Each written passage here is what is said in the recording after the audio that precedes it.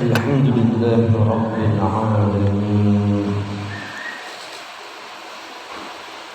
الذي أنعم علينا بنعمة الإيمان والإسلام.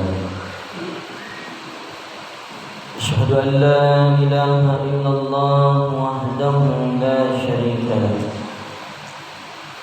وأشهد أن محمدا عبده ورسوله.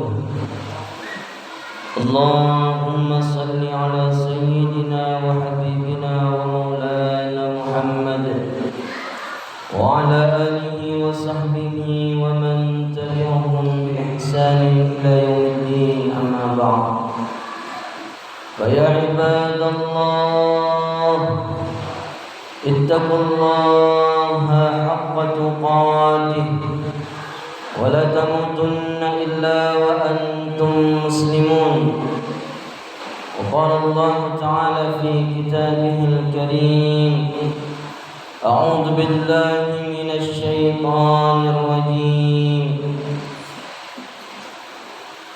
واذكر عبدنا أيوب إذ نادى ربه أني مسني الشيطان بنصب وعذاب ارقد برجلك هذا مغتسل بارد وشراب.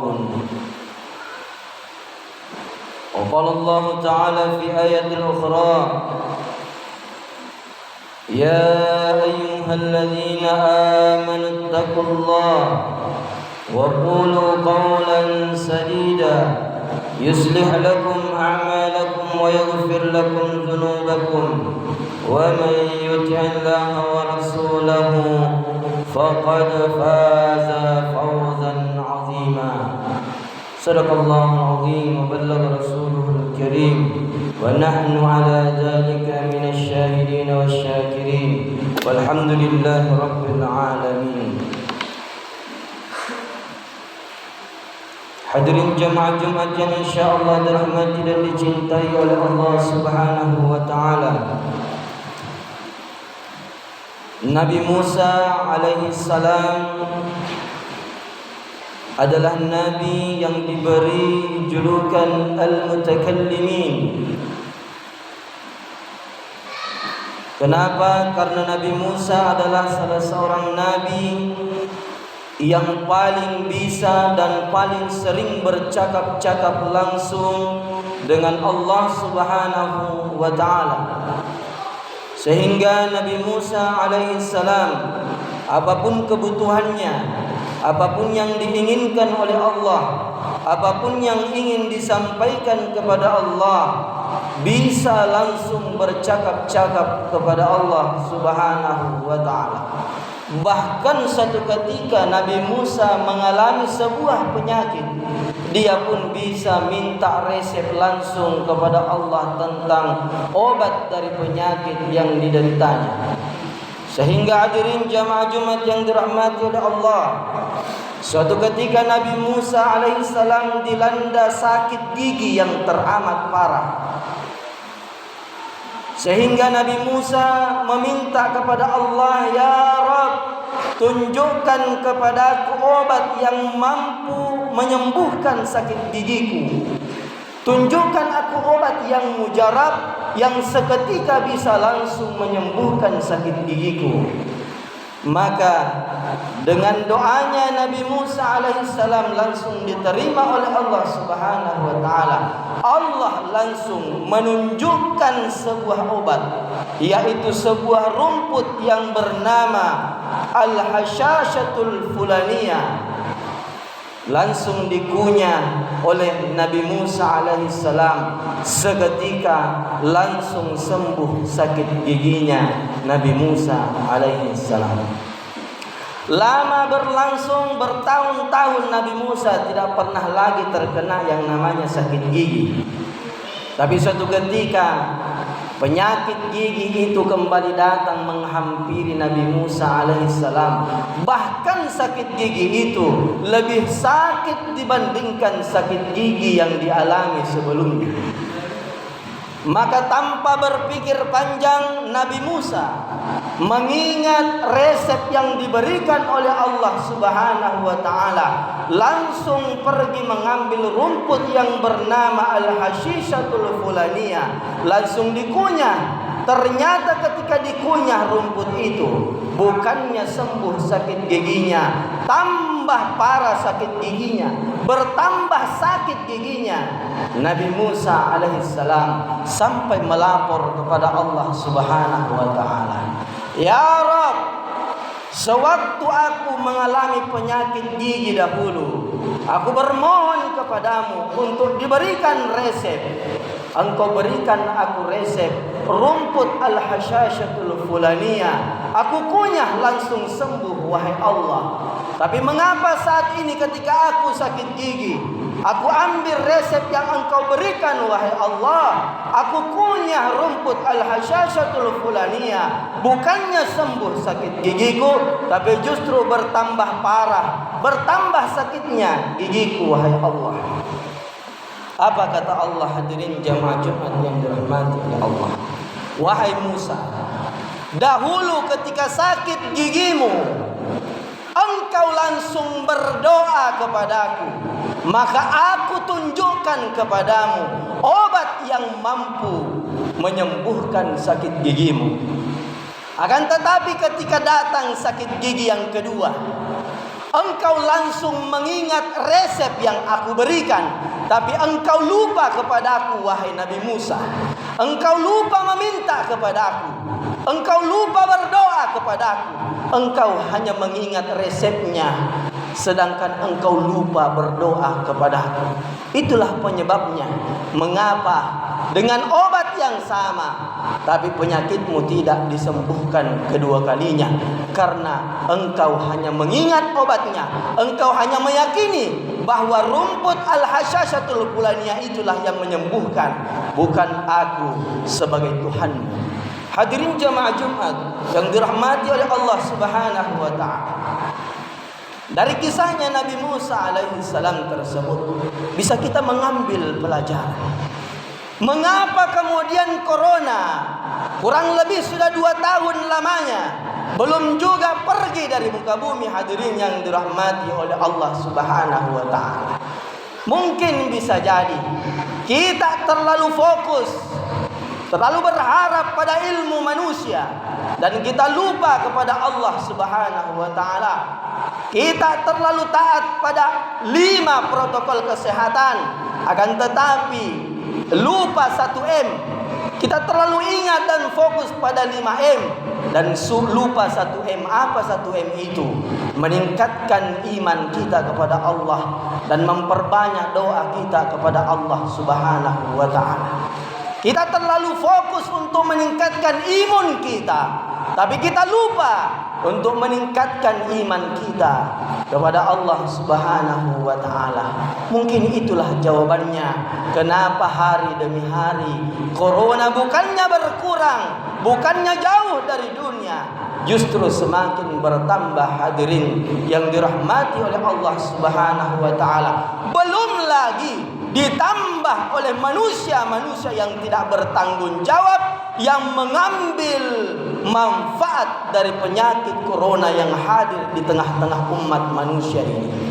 Hadirin jamaah Jumat yang dirahmati oleh Allah Subhanahu wa taala, mari kita belajar pada kisah-kisah nabi terdahulu. Mereka ditunjukkan obat oleh Allah Subhanahu wa taala, tak lain dan tak bukan karena mereka meminta dan mendekatkan dirinya kepada Allah Subhanahu wa taala.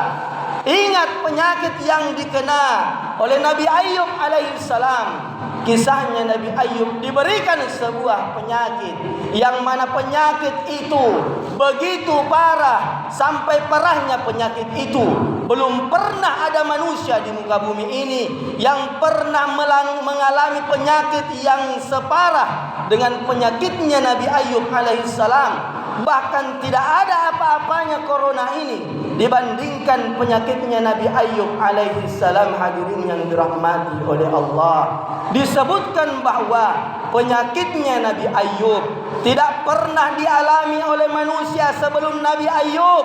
dan tidak akan pernah dialami oleh manusia setelah Nabi Ayub alaihissalam. Coba kita lihat penyakitnya Nabi Ayub. Seluruh pori-pori di seluruh tubuhnya, baik di luar tubuhnya sampai di dalam tubuhnya, dipenuhi dengan penyakit. Bahkan membusuk seluruh tubuhnya, luar dalam, kecuali hanya hati dan lidahnya saja yang tidak dipenuhi oleh penyakit. Hadirin yang dirahmati oleh Allah. Tapi apa yang dikatakan oleh Nabi Ayub menghadap kepada Allah Subhanahu wa taala? Ya Rabb, aku ridha dengan penyakit yang Engkau berikan kepada seluruh tubuhku. Aku rela Engkau berikan penyakit ke seluruh tubuhku, tapi jangan Engkau berikan penyakit pada lidah dan hatiku.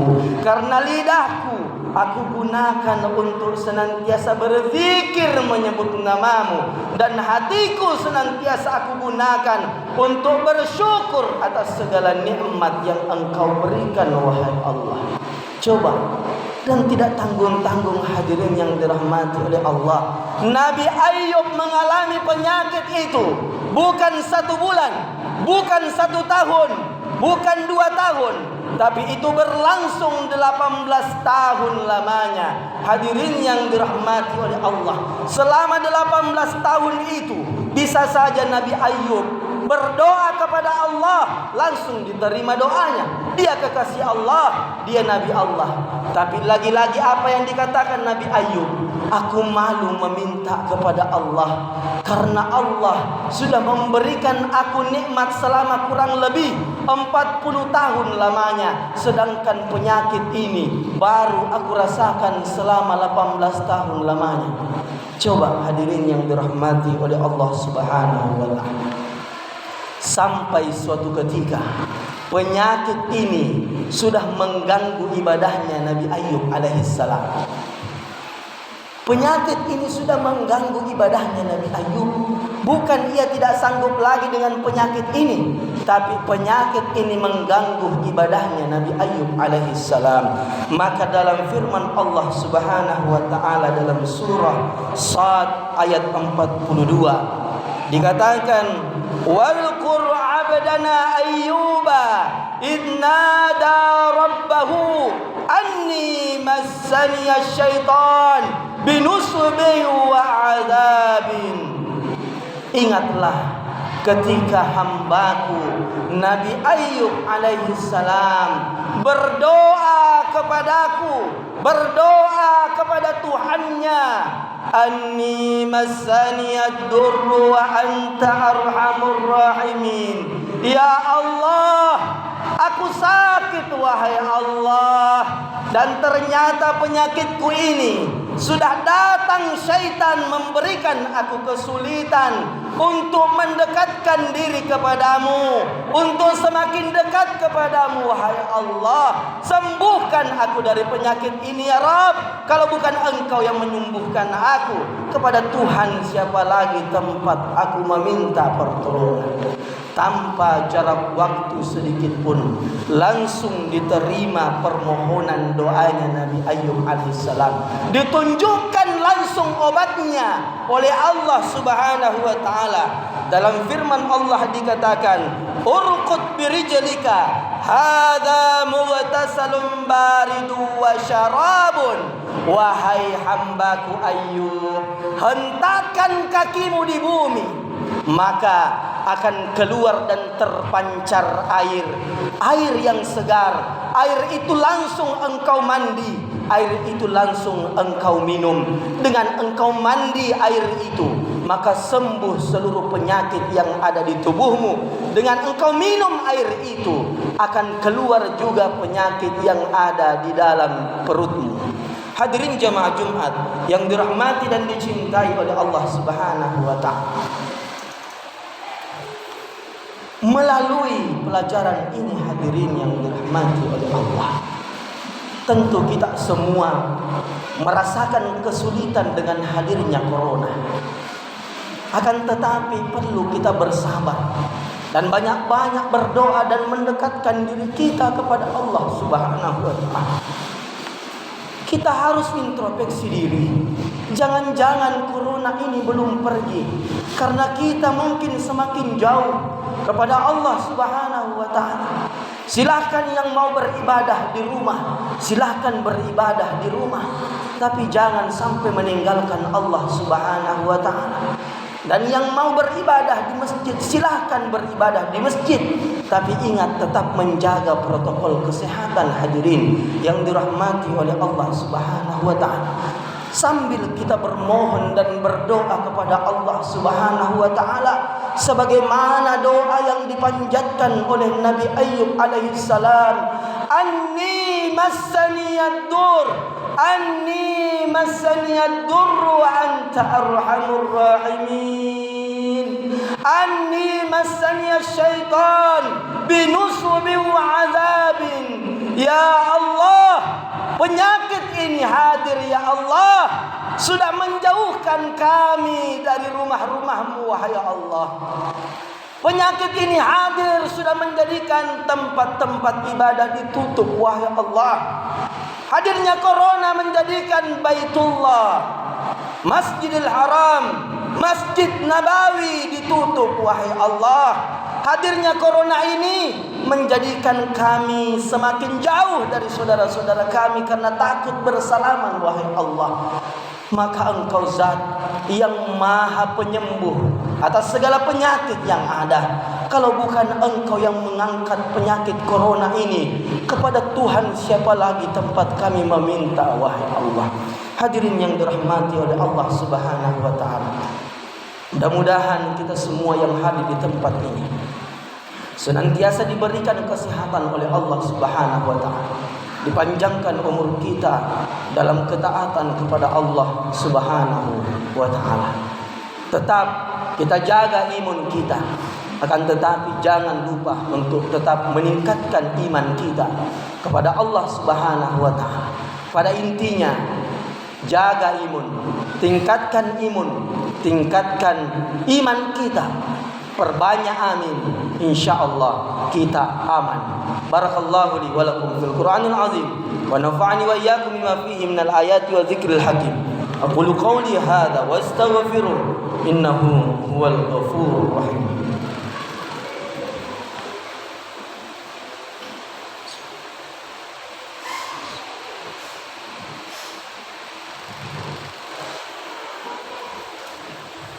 إن الحمد لله نحمده ونستعينه ونستغفره ونعوذ بالله من شرور أنفسنا وسيئات أعمالنا من يهد الله فلا مضل له ومن يضلل فلا هادي له أشهد أن لا إله إلا الله وحده لا شريك له وأشهد أن محمدا عبده ورسوله اللهم صل على سيدنا وحبيبنا ومولانا محمد وعلى آله وصحبه ومن تبعهم بإحسان إلى يوم الدين أما بعد فيا عباد الله أوصيكم وإياي بتقوى الله فقد فاز المتقون وقال الله تعالى في كتابه الكريم إن الله وملائكته يصلون على النبي يا أيها الذين آمنوا صلوا عليه وسلموا تسليما اللهم صل على سيدنا محمد وعلى آل سيدنا محمد كما صليت على سيدنا إبراهيم وعلى سيدنا إبراهيم وبارك على سيدنا محمد وعلى سيدنا محمد كما باركت على سيدنا إبراهيم وعلى سيدنا إبراهيم في العالمين إنك حميد مجيد اللهم اغفر للمسلمين والمسلمات والمؤمنين والمؤمنات الأحياء منهم والأموات إنك سميع قريب مجيب الدعوات يا قاضي الحاجات اللهم ربنا ظلمنا أنفسنا وإن لم تغفر لنا وترحمنا لنكونن من الخاسرين اللهم انصر المسلمين في إندونيسيا اللهم انصر المسلمين في بنتان اللهم انصر المسلمين في كل مكان اللهم إنا نسألك الصحة والعافية وحسن الخلق اللهم ربنا آتنا في الدنيا حسنة وفي الآخرة حسنة وقنا عذاب النار. عباد الله، إن الله يأمركم بالعدل والإحسان وإيتاء ذي القربى وينهى عن الفحشاء والمنكر والبغي يعظكم لعلكم تذكرون. فاذكروا الله العظيم يذكركم واشكروه على النعمة يزدكم ولذكر الله أكبر والله يعلم ما تصنعون.